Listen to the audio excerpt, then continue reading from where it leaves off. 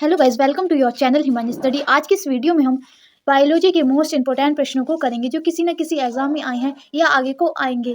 इससे पहले वाली वीडियो में हमने 150 प्रश्नों को कर लिया है। अब हम उसके आगे के प्रश्नों को करेंगे, तो आइए शुरू करते हैं। प्रश्न 151, भारत की प्रमुख धान्य फसल है। धान। धान एक प्रमुख फसल है जिससे चावल निकाला जाता है। यह भारत सहित एशिया एवं विश्व के बहुत से देशों का मुख्य भोजन है। तो इसका सही आंसर है सी, चावल। प्रश्न 152, दालें किसका एक अच्छा स्रोत होती है। सही आंसर है प्रोटीन। दालें शाकाहारी भोजन का एक बहुत ही महत्वपूर्ण घटक है क्योंकि ये प्रोटीन की समृद्ध स्रोत हैं। तो इसका सही आंसर है ए, प्रोटीन। प्रश्न 153, किस वनस्पति खाद्य में अधिकतम प्रोटीन होता है। इसका सही आंसर है बी, सोयाबीन। सोयाबीन में प्रोटीन का प्रतिशत सबसे अधिक होता है। प्रश्न 154, निम्नलिखित में से कौन सी फसल मृदा को नाइट्रोजन से भरपूर कर देती है। तो इसका सही आंसर है सी, मटर। मटर की फसलें मिट्टी को नाइट्रोजन से समृद्ध करती हैं। प्रश्न 155, दालचीनी पेड़ के किस भाग से प्राप्त की जाती है। सही आंसर है सी, छाल। दालचीनी जीनस सिनामोमम से कई पेड़ों की प्रजातियों की आंतरिक छाल से प्राप्त एक मसाला है। प्रश्न 156, तारबीन का तेल किससे प्राप्त होता है। तारबीन सुगंध वाष्पशील तेल है। इसे चीड़ आदि जीवित वृक्षों से प्राप्त रेंजिन के आसवन से प्राप्त किया जाता है। प्रश्न 157, लिटमस प्राप्त होता है।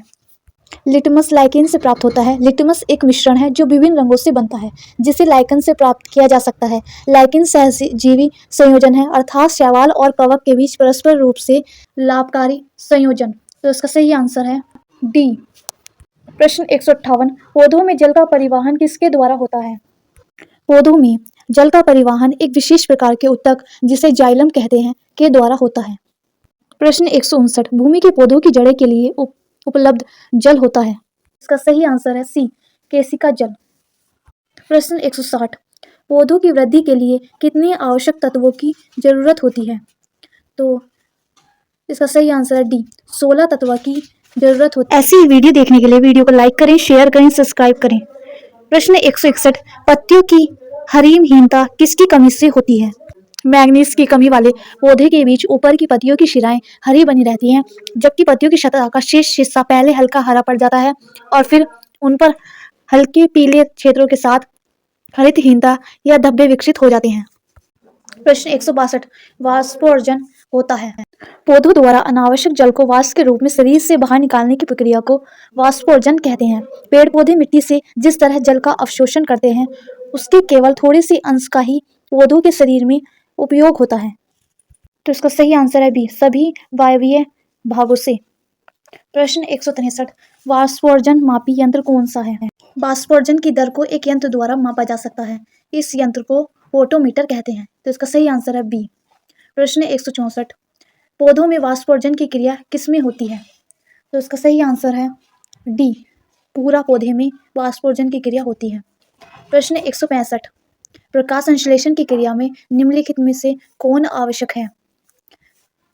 प्रकाश संश्लेषण के लिए आवश्यक कच्चे पदार्थ सूर्य का प्रकाश, क्लोरोफिल और CO2 तथा जल आवश्यक है। तो इसका सही आंसर है डी। प्रश्न 166, प्रकाश संश्लेषण की क्रिया में निम्नलिखित में से क्या बाहर निकलता है। प्रकाश संश्लेषण की क्रिया में कार्बन डाइऑक्साइड और जल के बीच रासायनिक क्रिया के फलस्वरूप ग्लूकोज का निर्माण होता है तथा ऑक्सीजन मुक्त होती है। प्रश्न 167, प्रकाश संश्लेषण की क्रिया कब होती है। तो इसका सही आंसर है बी, केवल दिन में। प्रकाश संश्लेषण की क्रिया तब होती है जब हरे पौधे प्रकाश की ऊर्जा का इस्तेमाल कार्बन डाइऑक्साइड और जल को कार्बोहाइड्रेट में बदलने के लिए करते हैं। प्रश्न 168, श्वसन मापन तंत्र कहलाता है। तो इसका सही आंसर है बी, स्पेक्ट्रोमीटर कहलाता है। प्रश्न 169, प्रकाश संश्लेषण में हरे पौधों द्वारा कौन सी गैस छोड़ी जाती है। तो इसका सही आंसर है बी, ऑक्सीजन गैस छोड़ी जाती है। प्रश्न 170, फल पकाने वाला हार्मोन कौन सा है। इसका सही आंसर है एथिलीन। एथिलीन जिसे फल पकाने वाले हार्मोन के नाम से जाना जाता है, यह एक गैस है। अपने जीवन चक्र के दौरान प्रत्येक फल एक निश्चित मात्रा में एथिलीन का उत्पादन करता है। प्रश्न 171, पौधों की लंबाई की वृद्धि के लिए आवश्यक नहीं है। तो पौधों की लंबाई की वृद्धि के लिए नाइट्रोजन, कैल्शियम और फास्फोरस की आवश्यकता होती है, लेकिन सोडियम की आवश्यकता नहीं होती। तो इसका सही आंसर है जो गलत है, यानी कि बी। प्रश्न 172, प्रकाश संश्लेषण क्रिया में मुक्त होने वाली ऑक्सीजन कहाँ से आती है। प्रकाश संश्लेषण में मुक्त होने वाली ऑक्सीजन गैस प्रकाशीय अभिक्रिया से उत्पन्न होती है। यह कार्बन के स्वांगीकरण में उत्पन्न नहीं होती, अतः ऑक्सीजन का स्रोत जल है। तो इसका सही आंसर है बी, जल। प्रश्न 173, वह यंत्र जिसके द्वारा तने की वृद्धि दर सही रूप में नापी जाती है। ऑक्सीजनोमीटर। प्रश्न 174, पेड़ों की पत्तियों में पाए जाने वाला हरा पदार्थ क्या कहलाता है। पर्णहरित, ललित लवक, पर्णहरित, हरिम या क्लोरोफिल एक जटिल युक्त जटिल रासायनिक यौगिक है। यह पत्तों के हरे रंग का कारण होता है। यह प्रकाश संश्लेषण का मुख्य वर्णक है। प्रश्न 175, पादप रोगों का सबसे उत्तरदायी कारक कौन है। पादप रोगों के रोग लगने का मुख्य 3 कारक जिम्मेदार हैं।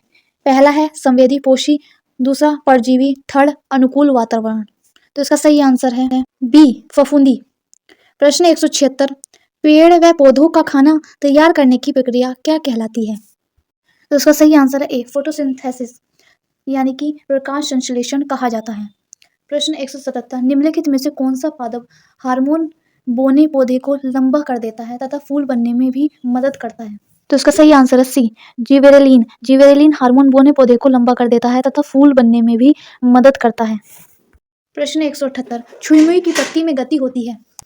छुई मुई, तो इसका सही आंसर है बी, कंपानुकुंचन गति पाई जाती है, अर्थात स्पर्श की विपरीत दिशा में गति पाई जाती है। प्रश्न 179, खैरा रोग किस फसल से संबंधित है।